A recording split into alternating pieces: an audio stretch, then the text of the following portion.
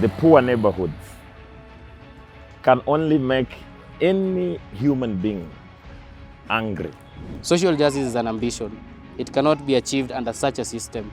No matter how much help, there's always going to be more need that's going to be required.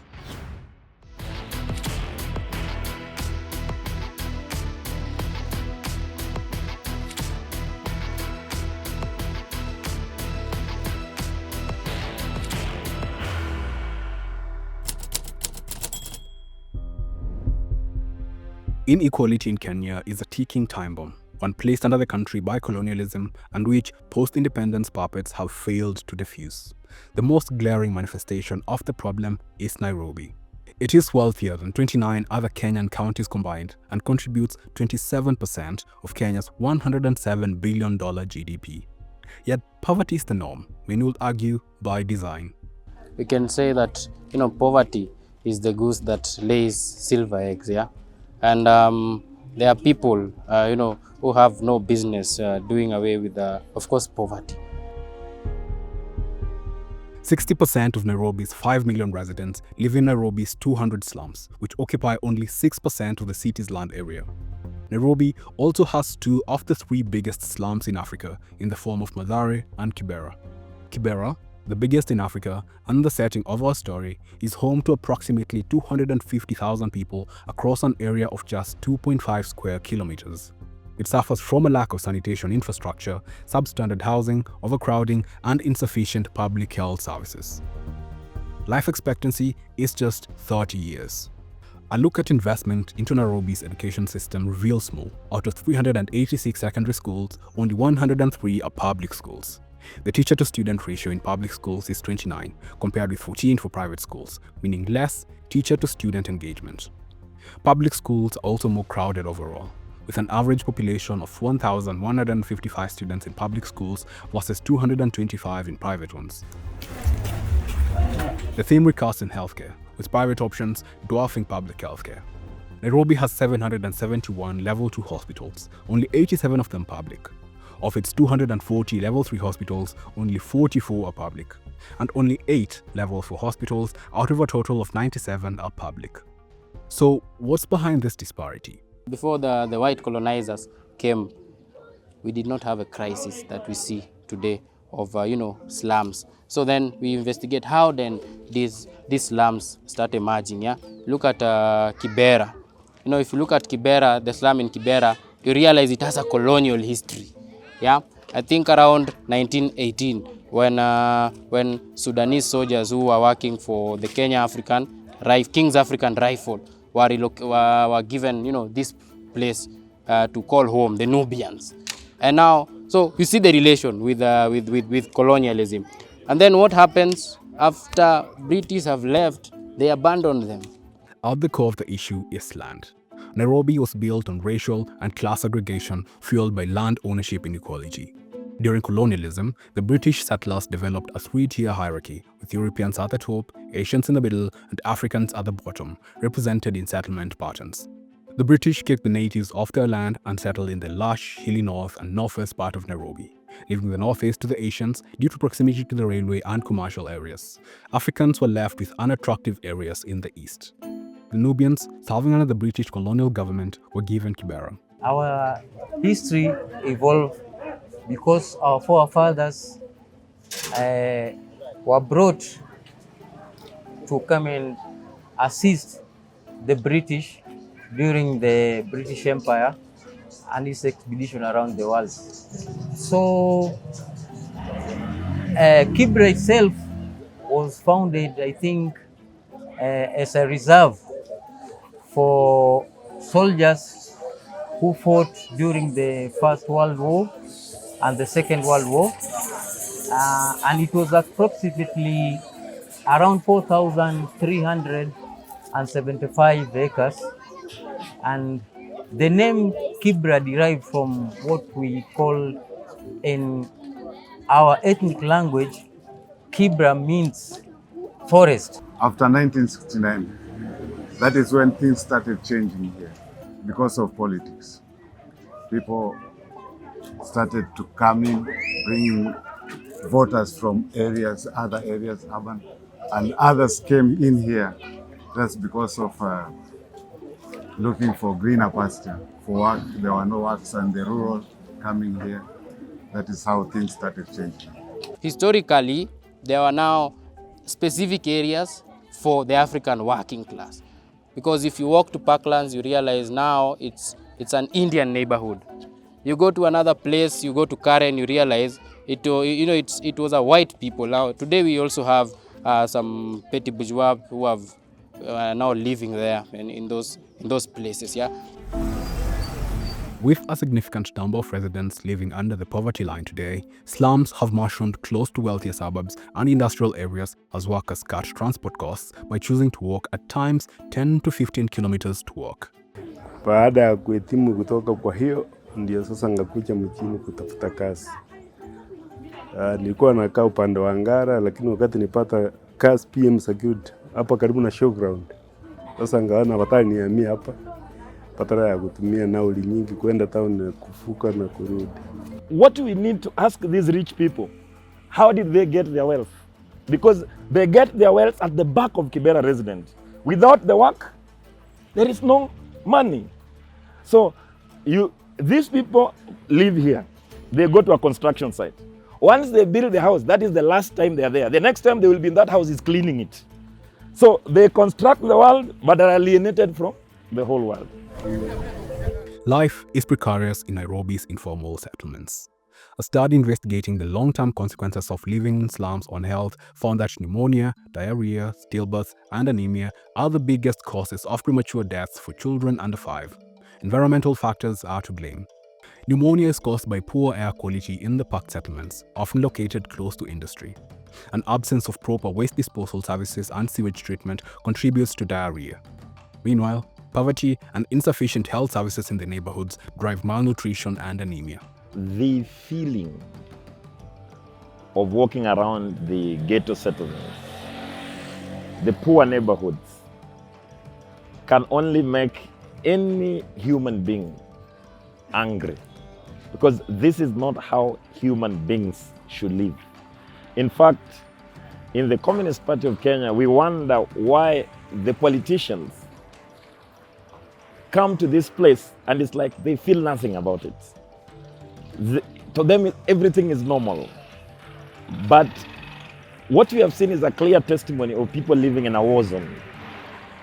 There is no running water. There is no, toilet facilities or sanitation. There is no surety even of the next meal. For adults, AIDS and tuberculosis are the biggest premature killers at 49%. The HIV and AIDS crisis stems from poverty, stress, and the resultant choices, including prostitution.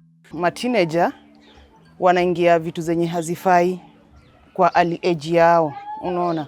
Sasa inakuwa challenge hata kwa maparo kuriza watu hii hapa.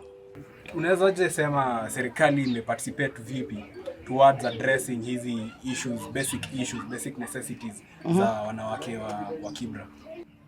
I don't think so. I'm not sure. Yeah. So maybe the only thing that maybe wanna provide your medical camp, but once in a blue moon.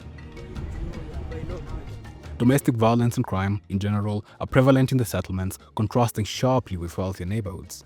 Hapa sida security wise India sio sawa sana kwa saa hii. Huko nyuma ilikuwa sida hata ukuchi saa 8, saa 7, anytime. Lakini saa hii security, saa hii kuenda hivi saa 6 kwenda mbele, lazima vijana watakukapa hapa njiani. The issue is poverty. Kenya, hakuna kazi saa hii. Vijana wengi wamemaliza wako huko nje. Wanataka wawe na smartphone kama wewe. Wanataka wakule, wanataka wafae mzuri. Hiyo vitu yote itatoka wapi? You realize even with the crime that we see here, even with the crime that we continue to see here, the youths, it's either you steal and get something to eat or wait to die of starvation. Yeah, so it's a very, it's a very thin line. Yeah, you go now to the more affluent neighborhoods, yeah, and you realize the problems of the youths there are not the same problems the youths are facing here. So maybe a woman here is stressed because, the children are going to sleep hungry. Maybe, the kid is going to be short. A glimpse into what the wealthy elite on the other side of the fence enjoy is revealing. Take access to water. A 2013 study found that higher income class neighborhoods enjoy access to piped water 85 to 95% of the time, compared with 12% in the slums. Residents of poorer neighborhoods are found to consume 200 to 300 liters of water a day, while a slum inhabitant will only use 15 liters a day. In a bitter twist of irony, slum dwellers pay between 10 and 25 times more for a unit of water due to the unreliability and inaccessibility of services. Kama hapa Kibera kuna challenge ya vitu mingi. Unaona, maji yenye tunatumia uwezi sema ni kama ya watu wa Lang'ata. Unaona, yao at least ishatibiwa. Sasa unajua ghetto tu venye kuko. The inequality spreads even to law enforcement, with a clear bias in treatment based on the class background of the residents. Sasa tuseme kama nimeenda Lang'ata, alafu nipatane na sanse huko hivyo, si ndio? Ataniangalia, alafu atanijudge. Umeona? Atajua tu mimi ni mtu wapi wa mtaa. Umeona? So lazima atanianda design fulani juu like sitaweza kujitetea, unaget? Juu sina anything ya kujitetea, unaget? Non-governmental aid organizations have been providing some aid to the slums, but NGOs have also provided an opportunity for the government to get away with not providing the settlements with essential services. Worse, the help such organizations provide fails to address the systemic issues that maintain the slum status quo. We see that the current administration and the previous ones have taken Kibera people for a ride. And in fact, it is time for Kibera people. Now we have many NGOs here. American NGOs are here, USAID NGOs. How is it that families are spending billions in Kibera and the Kibera residents' life are not changing? But they drive in Kibera in big cars, live in big cars, pay themselves allowances, and they say they are helping Kibera. First understand where did these NGOs emerge from. And if you look at NGOs, they emerged from the womb of the neoliberal insurgency in the 80s. And one thing they've done successfully, at least within our communities here, is to depoliticize our masses. Yeah. So we have people, of course, who are making a lot of money from NGOs and the struggles of our people. But we also have, the objectives of the NGO, in general, which is to depoliticize our masses. I will use one example. Yeah, you look at the ghetto here, and you realize there's a problem, the land problem. But what the NGOs will do, instead of coming to address the land problem, they will come to advise people how to plant vegetables in sacks. So what they do is to remove our people from their reality, which is a land question, because if you look at the country is still occupied by white people. The government and NGOs benefit from the status quo. If the entire existence is tied to helping poor Africans in informal settlements, what happens when there no longer are poor Africans in informal settlements? If they fight poverty and eliminate poverty, then it means their careers are in crisis. Because now, after, the only reason that people subject themselves or, even find themselves being humiliated by this politician is their poverty. So if at all the government is able now to deal with poverty, it means we have few people to deceive. And that, of course, is not for their interests. We spoke to Dave Boniface from New Community Kibera, who shared the challenges faced in the settlement and his organization's work there. I suppose the analogy used of a bandaid is probably quite a reasonable one to do so. But I think the challenges on Kibera is so huge that the more people involved has got to be the better, really. I think, as I said, our aim is with all the NGOs or the CBOs that we support and operate on the slum is always about helping people to do things for themselves. So we haven't come in to take over. The need is so huge that I think that no matter how much help, there's always going to be more need that's going to be required. So we certainly don't see ourselves as sort of, I suppose, white saviours. Someday, he hopes, his work will result in self-sufficiency in the community he serves. It would be for the people to be able to run these community-based organisations for themselves and without support from outside. That would be a certain indicator of success. With the government washing its hands of its responsibility to its citizens and NGOs and churches filling the vacuum, what does the community want and what options do community organizations have? Or create more opportunities kwa ma youth man. Kukuwe na ma recycling most, umeona? Kukuwe na ma department kubwa spaces zitafutwe. Ma youth man waemployiwe, unaona? So from there security inaweza patikana. Juu maboys watakuwa wameenda hustle, unaona? Kenye wanaweza tu fanya, at least maybe wakipewa ma young youth job, at least inaweza punguka, of which si ati itapunguka. Cause unaona kila wakati watu uzaliwa na venye tunalea watoto pia ni tofauti. So you never know. But most of kids kenye mimi hujua, si ati mtu anaingia kwa wizi juu anataka. Ni ile poverty ndio inafanya. We have a lot of things we can do to at least uplift the conditions of our people, at least for now, because we also don't look at parliamentarism as the alpha and omega. Yeah, we also realize the limitations of parliament, but we also have things that can, you can use the office of elected representatives to solve some questions for the people, right? Example, the question of water. Yeah, the question of water. These people, instead of now bringing piped water for our people, what they do is bring us more tanks, more water tanks. So what they do, they never try to solve the solutions from the root. Yeah. But beside the state, the church, and NGOs, there are also social justice centers. These seek to address the root causes of the problem in the settlements, bolstered by the grassroots nature of their organization. One impressive thing or one beautiful thing you'll realize about the type of movement you're talking about, the social justice movement, is that it's organic, yeah, from the people, yeah. So these are people organizing themselves, so different from the model of, NGOs that we've been seeing, trying to do whatever they do, good Samaritan work in our community. So we've now even moved from, having some messiahs, independent human rights organizers, to now having more people who are able to engage with the community. And any problem the communities have, we just visited a baraza and we saw people, trying to reason together and come up with their own solutions to their own problems. So this is what these social justice centers do.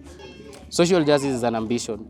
It cannot be achieved under such a system, because the system will continue perpetuating, poverty and hopelessness. Yeah. So what we need is to now start thinking about an alternative. Here we say our only alternative is socialism. Therefore, these organizations then work with political organizations, form united front, now to allow these political organizations to have grassroots link with the communities. And how do you do that? Through these movements that we have. Oppression always breeds resistance. Despite the lack of government support and predatory organizations leeching off their misery, the people of Kibera continue to exemplify the unyielding African spirit. Not content with the status quo, Kibera seeks to address its problems, drawing on the strength of community, grassroots organization, and the spirit of Ubuntu, or I am because you are. Ultimately, as history shows, the liberation of Africa is down to Africans.